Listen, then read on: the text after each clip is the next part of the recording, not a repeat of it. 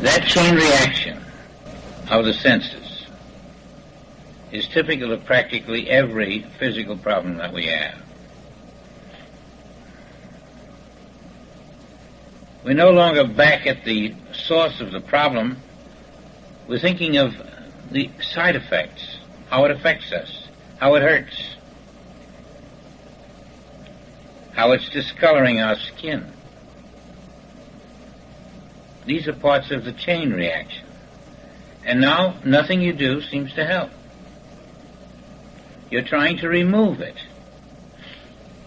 But you can't remove the snake because it's only in your mind. And now you've got to convince yourself that all physical disabilities are in the world mind.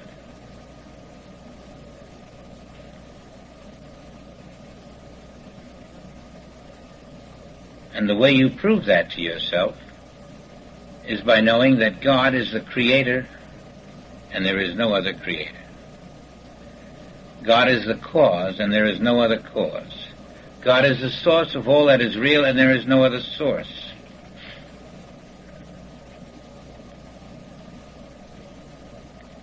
And so instead of trying to remove what is not there because God did not create it, you've got to remove something else. You've got to remove the hypnotic belief that it's there. And, of course, you say it hurts. That's not an illusion. But that is also an illusion. Because the matter is what hurts. And that's an illusion. It comes down to the fact that your hypnotized belief in what you think you have has no cause in God. Perhaps at this point you don't care if it's God who caused it or something else that causes it. All you want to do is get rid of it. But we're talking about pure truth. You cannot get rid of the snake that is not there. You cannot get rid of the arthritis and the pain of arthritis that is not there. Omnipresent Spirit is an immutable law. That is all that is there. And until you accept that law, you'll find that you are vulnerable to these physical ailments. You must accept the law that nothing exists beside Omnipresent Spirit. Until that law is so firmly embedded in your consciousness that instantly you're almost angry with yourself for having harbored such an idea that you could have physical pain or physical problems in a spiritual universe.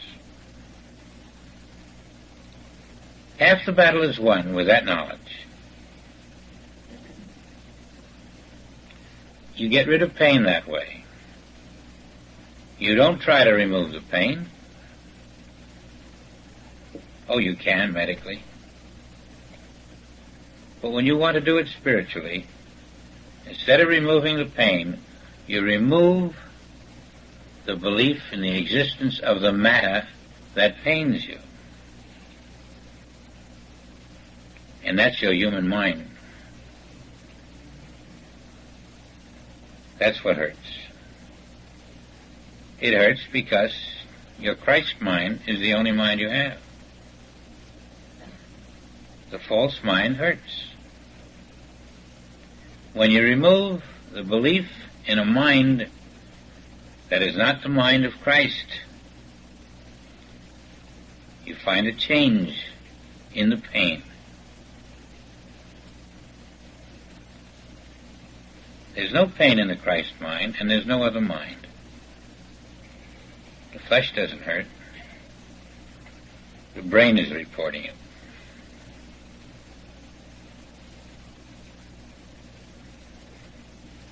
Now, these are things you've got to think about.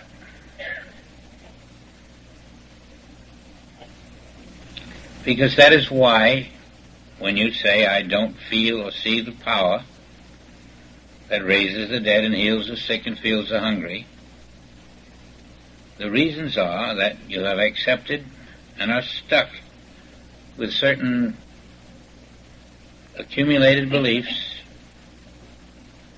certain conditioned thoughts that have been in the human race since its inception. And we automatically absorb these beliefs without thought. We simply say it hurts, or I've got this, or I've got that.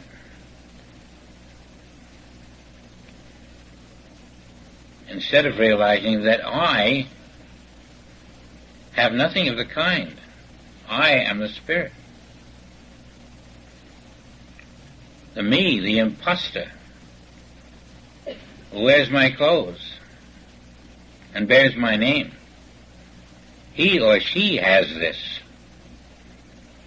And that's illusion on illusion. That's the chain reaction.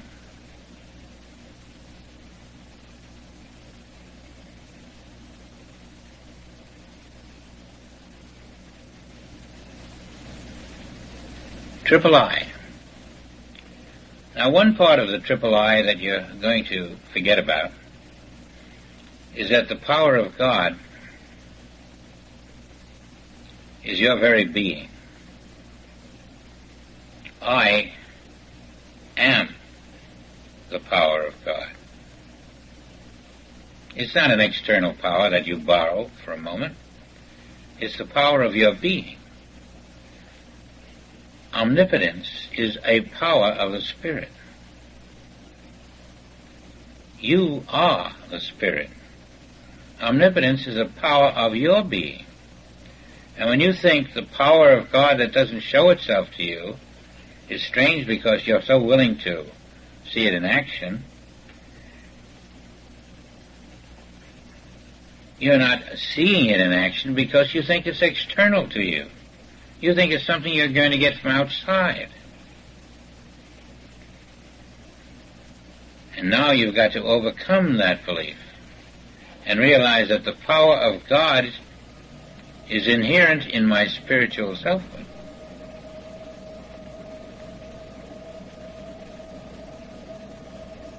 And when you know that your selfhood and the power are one, when you know that your selfhood is one with God who is the power, and therefore your selfhood is one with the power of God, then you're realizing the truth that all that I have is thine.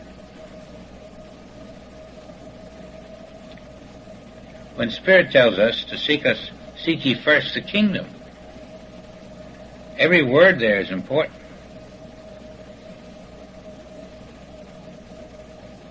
Seek ye first the kingdom. The kingdom is Spirit. Seek Spirit first. And it's right where you are, as you. It's bringing you right back to identity. And that's where the power of God is, in the Spirit that you are. When that is realized,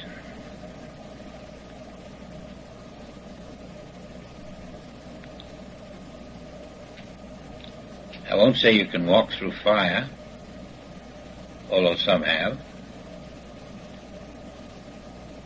but you'll find it does not come nigh thy dwelling. The flood has a way of parting before it gets to your house. The fire stops before it starts going down your chimney. The bullet doesn't find your brain. The power works in you, as you, and all unlike itself cannot enter to defile or make a lie. You must be the power. You must be the substance. You must be the law. None of this is apart from you. The moment it's apart from you, you're going to have to hunt for it a long time.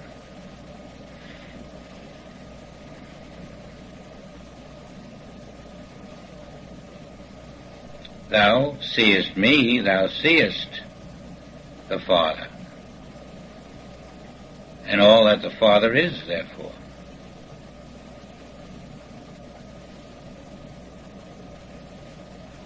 Now this can be a great step up if we're getting the lesson that I am the presence of God, the Spirit of God, the perfection of that Spirit, and the power of that Spirit.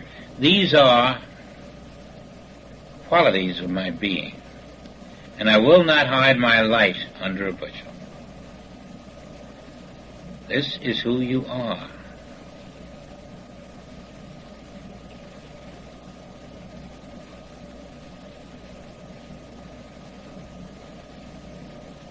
We'll call that the triple I.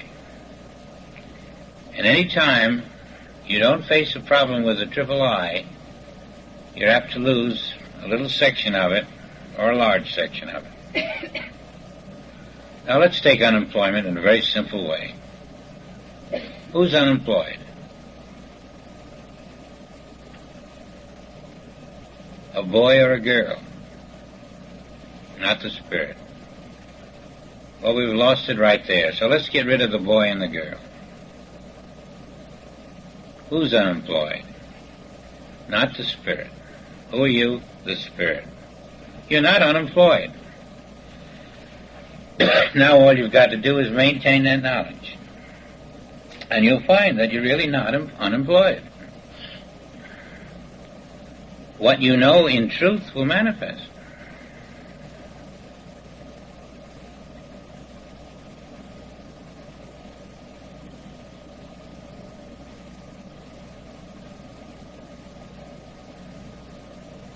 Let's go back to Parkinson's. Who has Parkinson's? Not the Spirit. Who are you? The Spirit. Draw that line. Don't see the problem as part of your being. That's where it begins.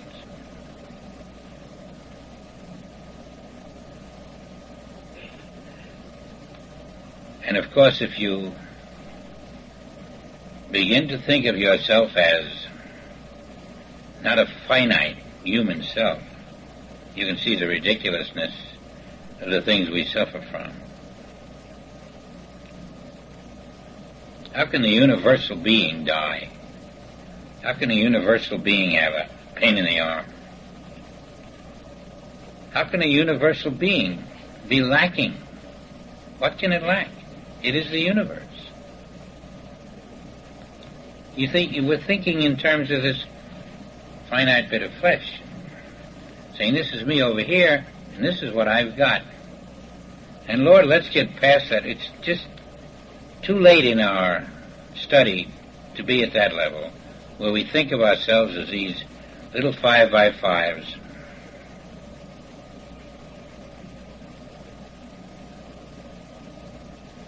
With a blood count and with corpuscles and with all of that stuff.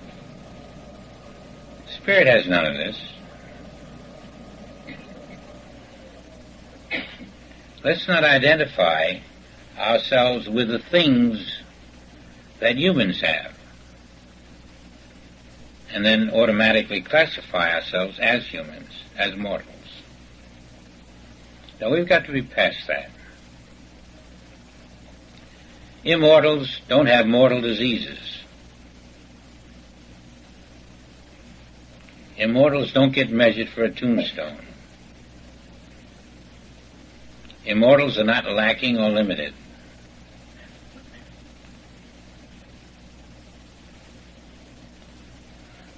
Let's identify properly. You can't be a finite Christ. You can't be a mortal Christ.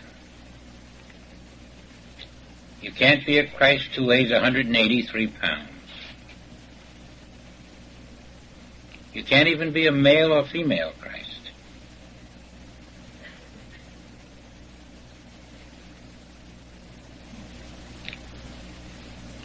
You can't be anything a human is and be the Christ.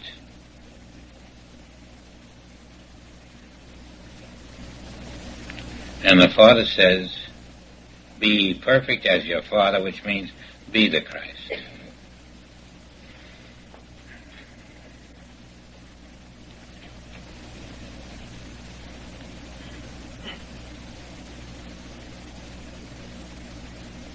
We should be in a place where we don't need much reminder anymore. Well, when we see each other,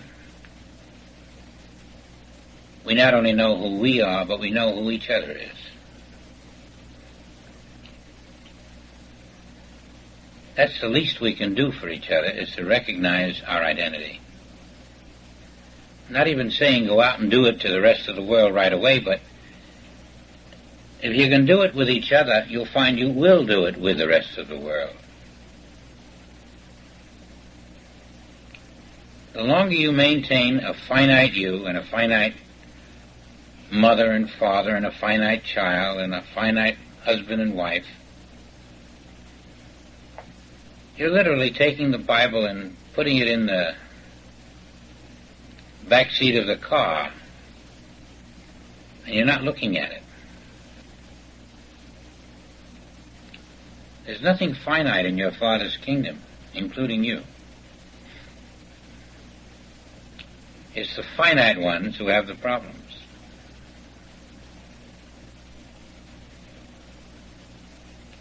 You know I'm not criticizing you.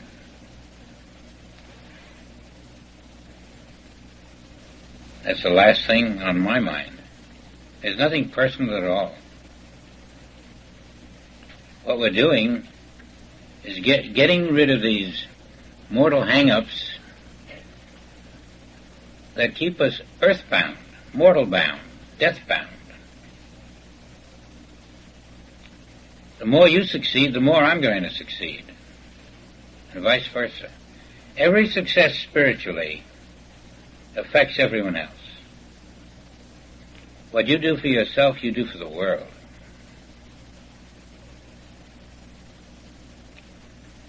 What Jesus did became a world crusade. What Enoch did. Little did they know, Paul, for example, how far ahead was he thinking? Maybe not any further than his nose. But the influence he left on the world is as strong today or stronger than when he was alive. You are a potential. You may turn out to be much more than you realize. You may find that the things you do because of things that you are learning will affect vast numbers of human beings and play a large role in a transformation that is now taking place on this earth. Because we have no way of knowing how, when we brush away the cobwebs of humanity, we have no way of learning where we will emerge in our spiritual reality and how that will affect the rest of humanity, how it may act as a beacon for many hundreds of thousands. I'm sure the disciples were never fishing before they met the Christ. Didn't have any plans about being world savers.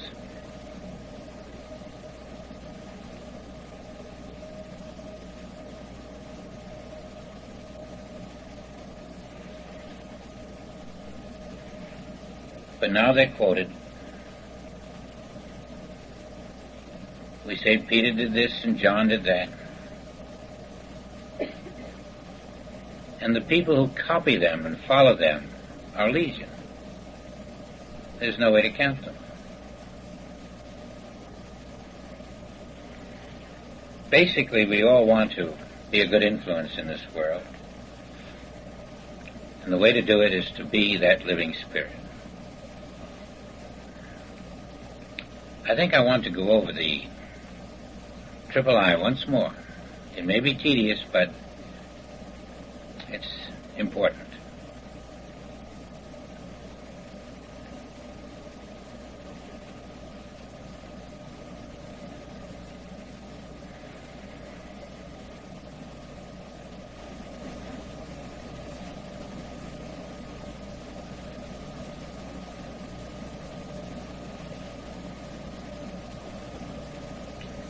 Well, I guess we don't want to talk about cancer, but I want to show you just how important it is.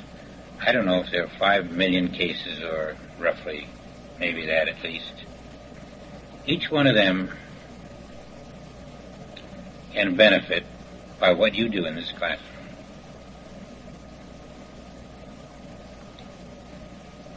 We're going to put it down as one of the great hypnotic diseases in our world.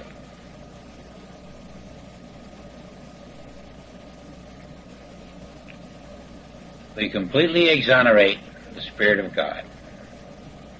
God had nothing to do with it. John told us right at the beginning God created everything, and what God didn't create was not created.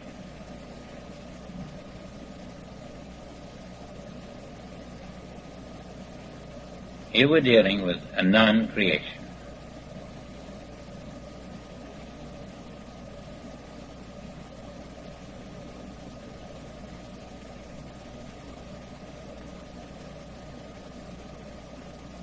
Jesus dealt with lepers, a non-creation. The only ones who weren't healed were those who couldn't believe.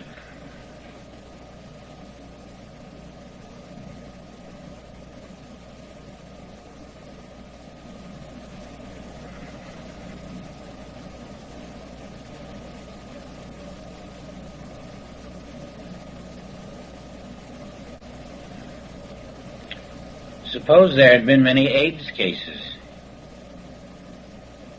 in biblical times. What would he have done?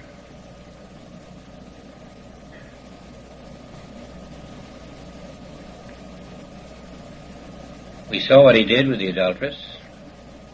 He didn't recognize her for what she appeared to be. Would he have recognized an AIDS case for what it appeared to be?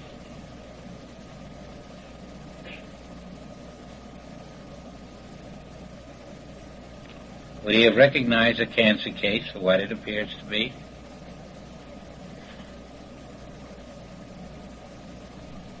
You know the answer now.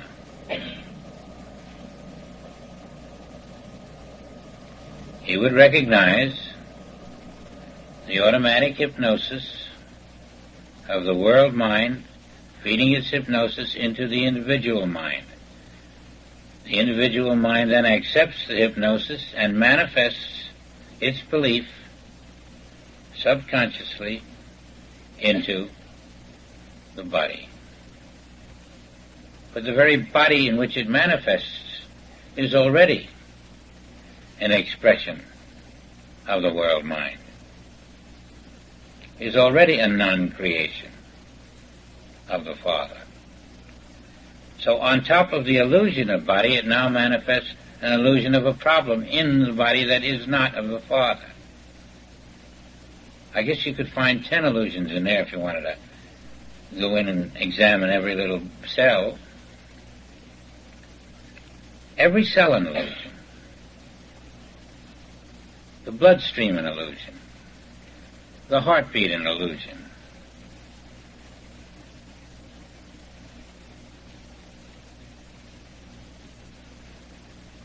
There isn't anything in the body that's not an illusion.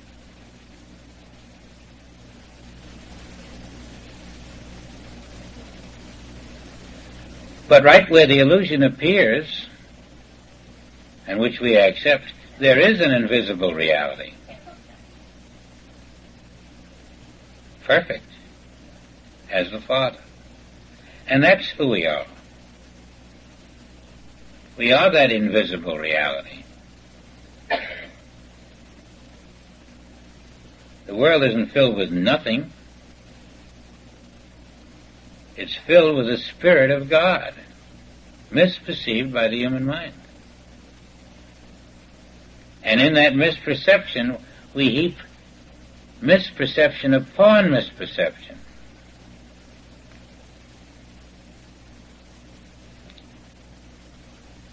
Until we become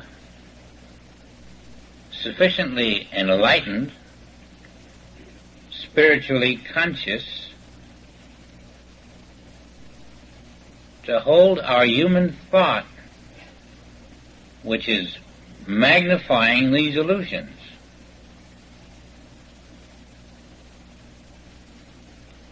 And allow the silence of our human thought to invite the divine thought.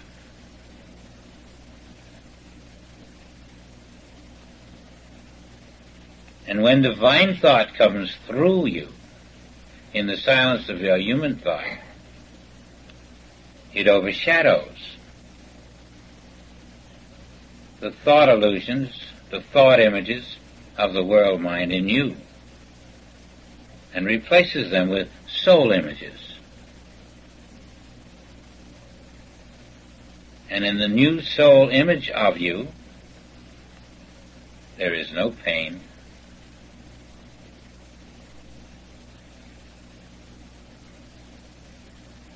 there is no error, there is no blemish, there is no arthritis, there's no Parkinson, there's only the pure Spirit of God. The soul image restores your wholeness so that you can become aware of it, and even your senses then report the perfection of your being.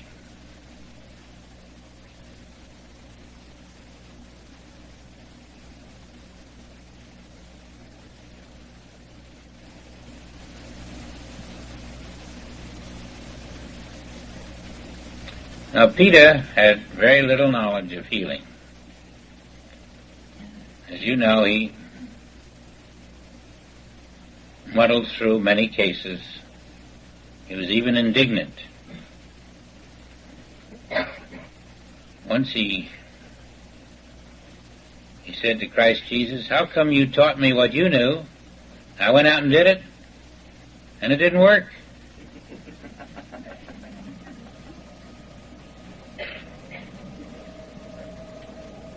Of course, he hadn't precisely learned the lesson of what he had been taught. He didn't do what he had been told. He saw an epileptic where there wasn't any. And so he couldn't heal that epileptic.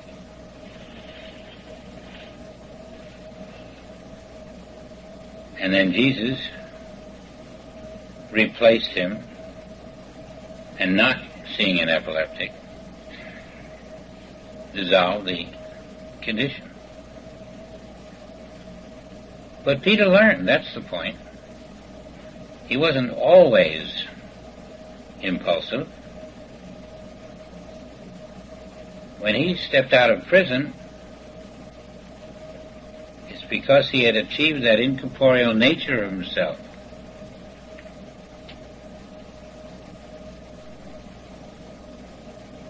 He became a healer.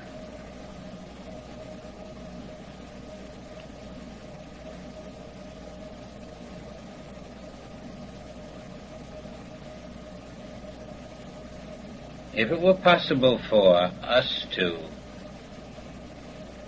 identify each other as living spirit, silently, and crawl out of this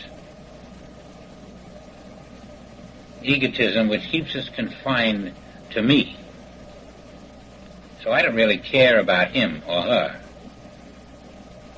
not enough to perceive him or her as he or she is. If we could come out of that form of egotism, out of that form of apathy, and look at an individual in such a way that within ourselves, we're doing what Paul said. Greet each man or woman with a holy kiss, meaning know who they are. Identify them before you see them, so that when you see them, you're identifying them properly. When you identify another as spirit, you are solidifying your knowledge that you are spirit. It's just the same as when you judge another to be evil, you are making yourself vulnerable to evil. When you know another to be spirit, that which you measure out to the other is meted back to you. You are really judging yourself to be spirit. And so every time you take the time to pause,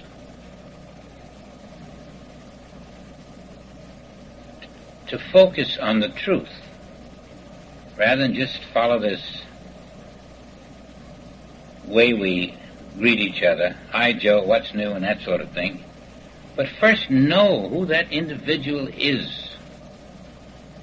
And you change the whole relationship. You change yourself, you change that individual.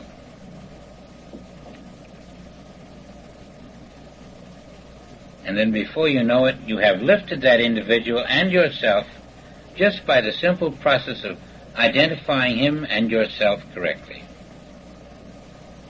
And you'll find there's less diseases, less pains, less unemployment, less of the double type of experience, the double-mindedness. We have to purify not just our own self, but the way we look at others. In fact, I often think that the way we look at others is probably what determines the way we think of ourselves.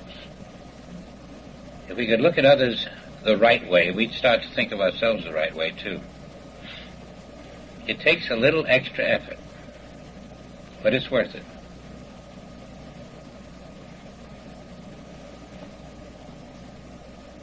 I wonder if we have time for another meditation.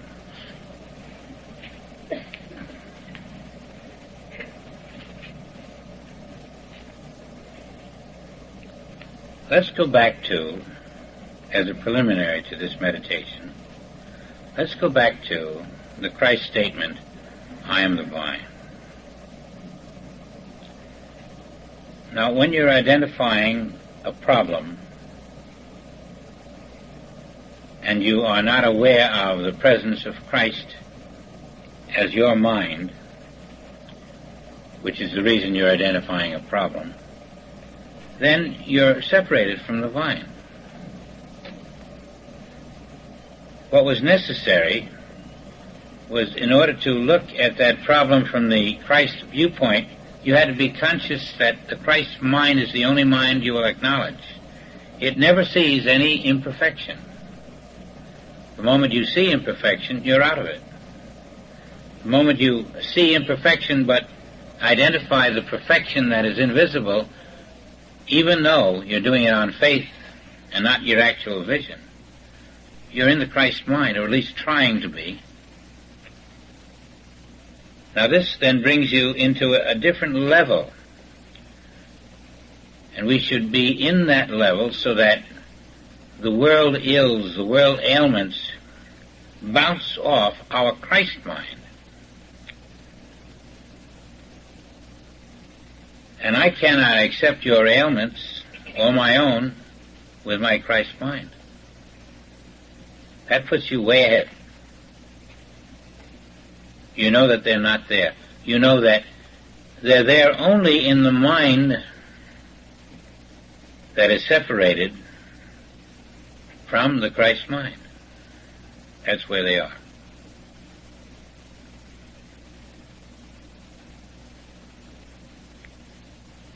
So you've got to remember to look at chapter 15 in John. I am the vine. I didn't read it all to you last night.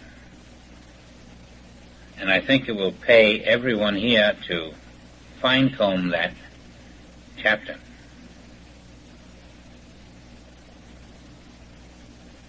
to the point that when you're finished with it, you have determined to check yourself carefully against the truth that is suggested there to see if you're complying. And then when you finally are complying, to look at the world around you with that Christ mind, which is the single eye, and notice that you automatically tune out the so-called evils. You tune out the judgments. You even look at the thief, and you can't accept that. You look at the man, as Christ said, who wants your coat, and you say, "Here, take my cloak." You're into a new perspective on what's out there.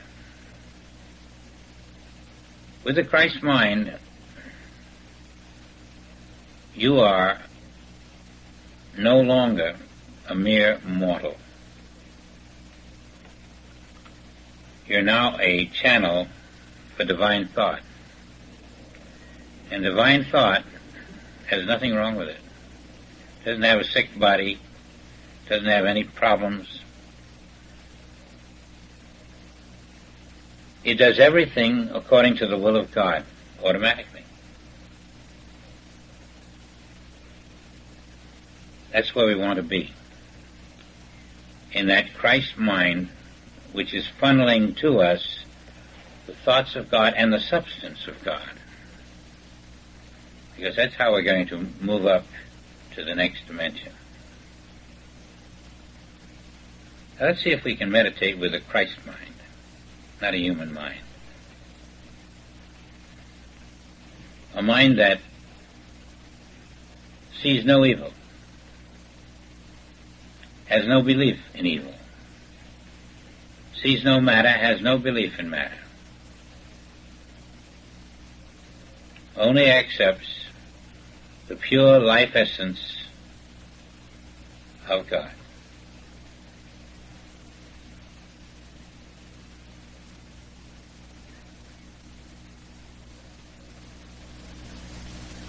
We have no ailments to heal at the moment. We are accepting the pure life essence of God, which is everywhere.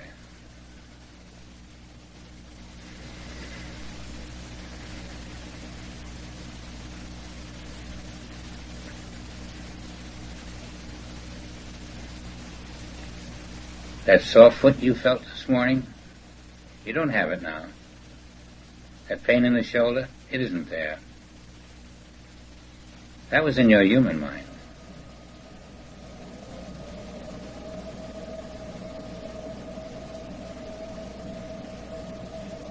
And you know your spirit has all that the Father has. So it isn't lacking, it isn't limited, it isn't unemployed, and you won't make that mistake. You're in the Christ mind, which accepts the word of the Father.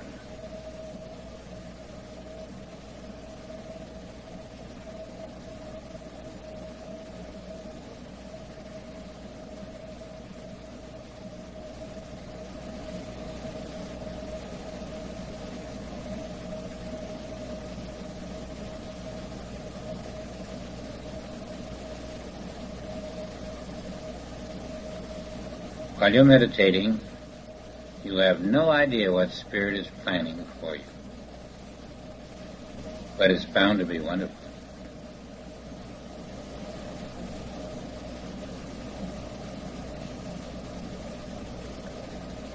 It's always planning something wonderful.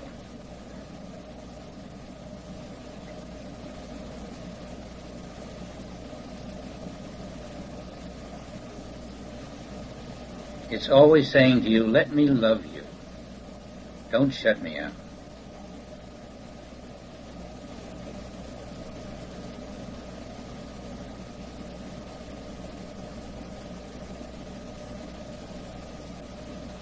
Release that person you say is causing your problems. Release him.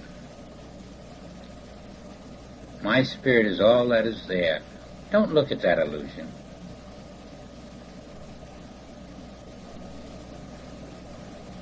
Everywhere is my spirit. Everywhere is my perfection. Everywhere my power is maintaining that perfection. Live in my universe. Live in the finished kingdom of the Father.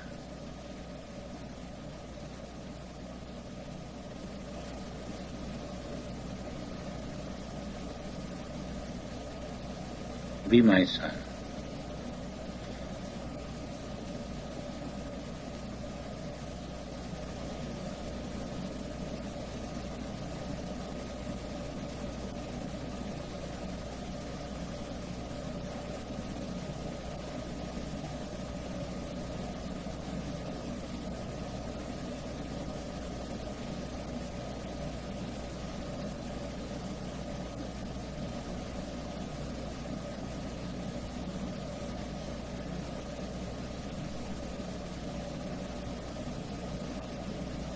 You can invite the world into your universe because it's perfect.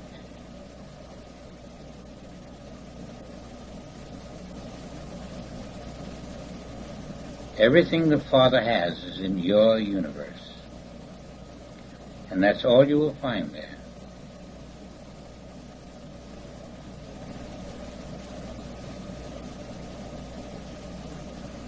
There's no one there to be healed. All have been healed. All are children of God.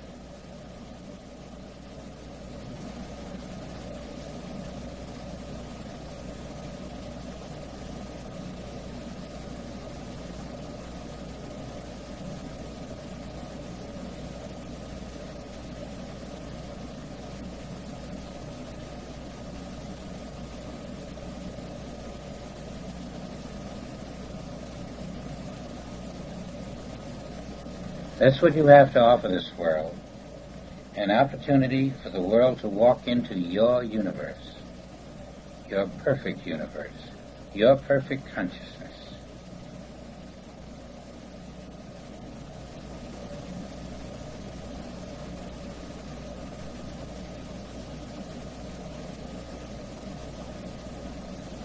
You are the presence of Spirit everywhere, without boundary.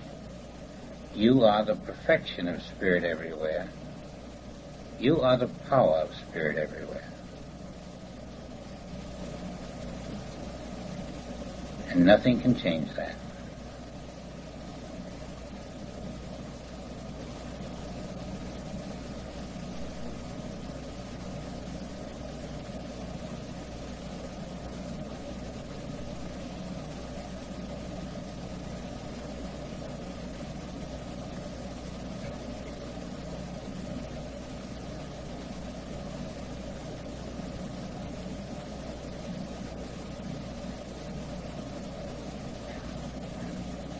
I think it's time to say Happy Easter to you.